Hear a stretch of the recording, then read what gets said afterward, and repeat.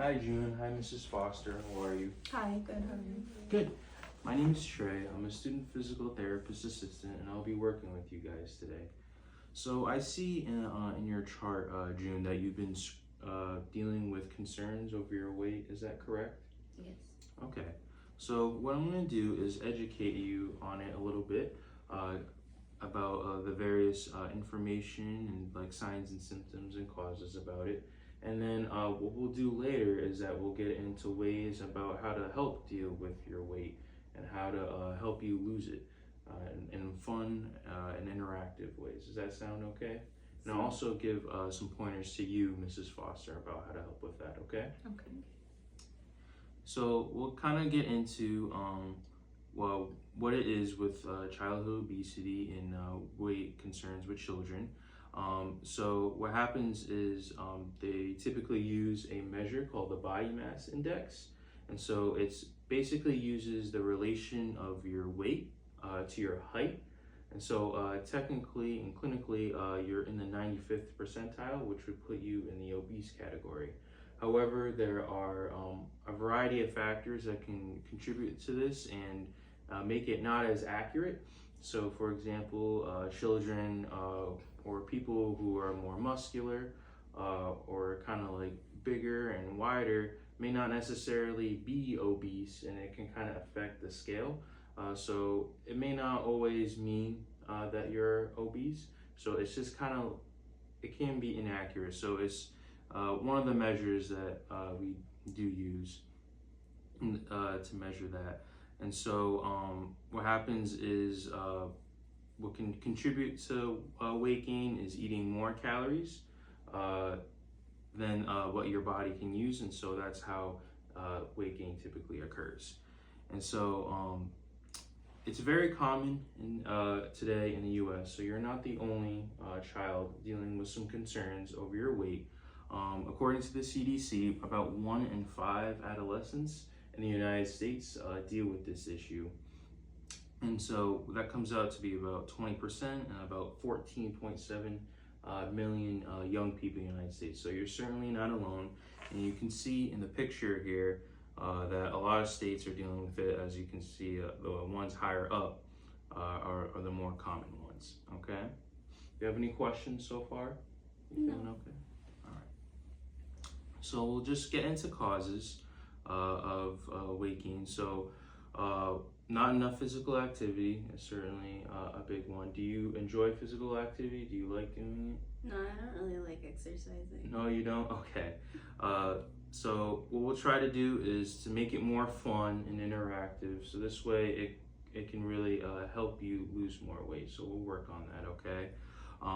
Changes in hormone that aid digestion can contribute to this, as well as another big one is unhealthy eating habits.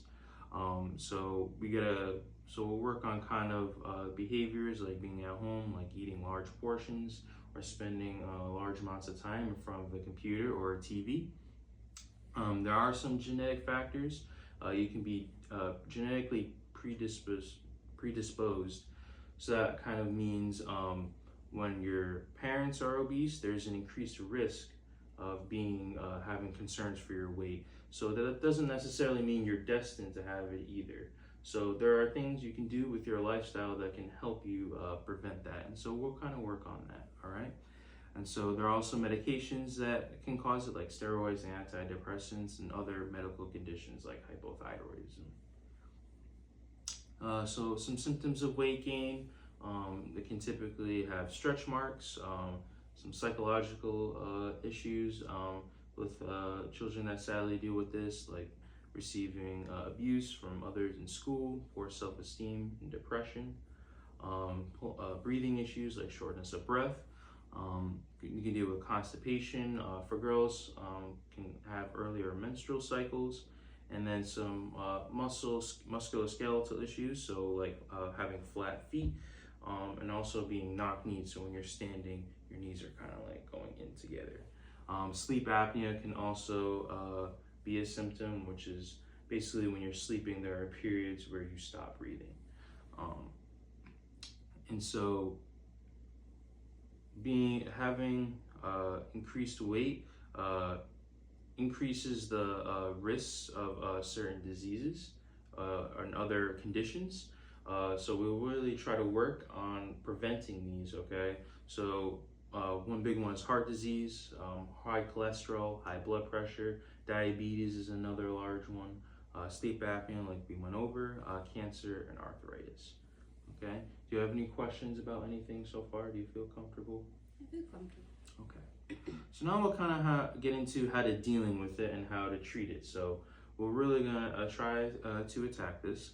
And so medications, there are medications you can use, but the typical recommendation is big two recommendations are diet and exercise. However, there are some medications that I will go over.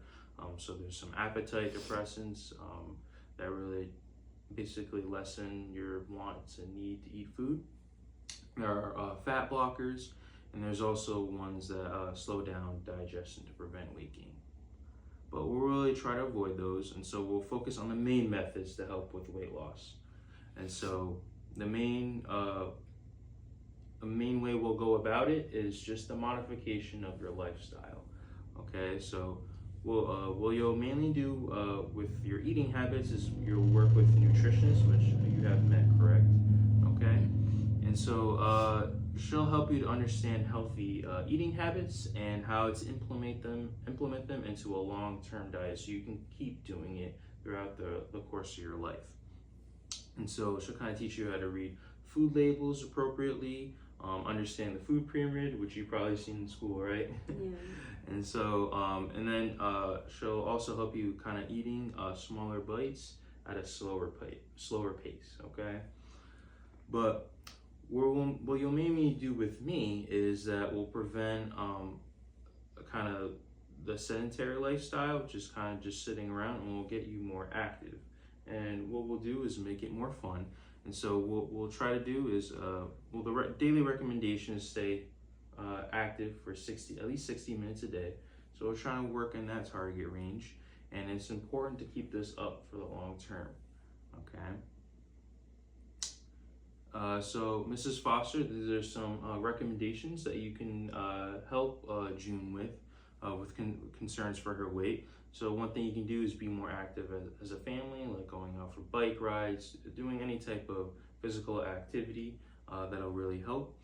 Making sure that she has a good and regular sleep routine and schedule will also really help, so she gets adequate rest. Work with the nutritionist's guidelines and the eating habits and model that she gave to her, and helping her follow that. And then also watching the amount of snacking and eating portions that she has, helping monitor that will help. So, and that also goes hand in hand with limiting the amount of time on electronic devices. All right. Mm-hmm. And so you also can help her just focus mentally by helping her focus just on her health and not how her body looks. And so what that will do is to help her to get to have the healthiest lifestyle as possible. Do you have any questions about anything? Nope, sounds good. Okay. So we'll get into what physical therapy can help deal with weight concerns and weight gain. And so what we'll do is try to help you get moving around and exercise, because that's really important. But you said you don't typically enjoy it. But what I'll do for you is that I'll try to make it more interactive and fun as possible. Does that sound exciting to you or interested? Yeah, it sounds better. It sounds better? Okay. So that's what we'll do. This will help you kind of with like your cardiovascular fitness, so helping with your heart and your lungs, your flexibility, your muscles, your posture, your strength, and get a little stronger, and also the protection of your joints like your knees, and then working on balance. Okay, so the next two following treatments will coincide with that, and I'll work those through with you. Does that sound okay? Sounds good. Okay, great.